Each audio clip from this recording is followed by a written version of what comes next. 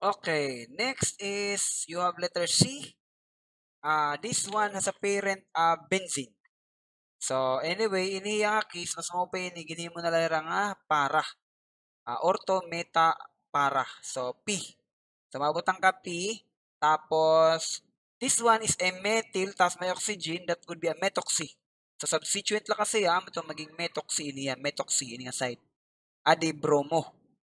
Bromo. So kapag ngaran na that would be a para bromo methoxy. Para bromometoxybenzene. Methoxybenzene. Para bromometoxybenzene. Okay? So next is you have a methyl and then oxygen that is a methoxy again. Your parent is a cyclohexene. Pero number 1 ka didi, kay didi man lang nagsanga, mag number 1 ka didi, number 2. So didi ka matikang. So 1, 2, and so on and so forth. So 1, methoxy cyclohexene. Hexene, E-N-E. Okay? Cyclohexene. Letter E. Letter E.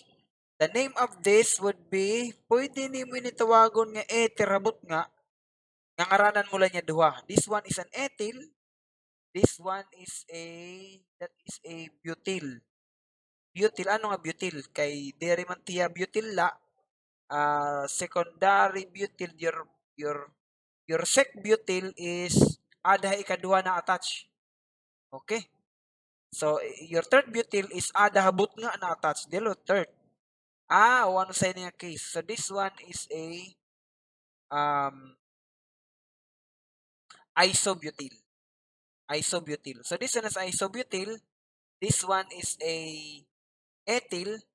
So, ano't mauna? Ethyl or isobutyl? So, mauna isobutyl. So, may ngaran nini is isobutyl, ethyl, ether. Wala na numbering. Kaya diretso man dahil nira nga separate lahin oxygen. So, isobutyl, ethyl, ether. So, mauna diri an I ha, at napauna iyet naming, an imo ito butyl, BU. So, diri buligit imo prefix. So, that is isobutyl, ethyl, ether for letter E. And for letter F, so yun, makuri na Putlig, ano ba nira? So actually, pwede mo tawagon niya. You can call it, I think may mga ngaran ni nira nga era. I think this one is, tama, pero ngaran ng tanay yan, normal. So this one is a 1, 2, 3. So kung 18 niya, nakakatleran ether, so pwede mo niya tawagon nga 18. 18. 18. There kay may substituent kasi. Ethinyl. There the what? I think, oo, tama. Waray ko kita ni choice. Ano yung ngaran? I think this one is an allele.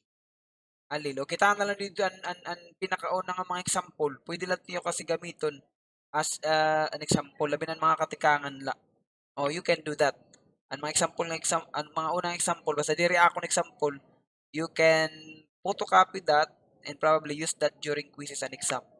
Adiliwatiya, I think this carbon with a double bond is called vinyl. May danira irang ngaran kung substituent la kasira. Ato ini didtuhan imo alkene nga substituent.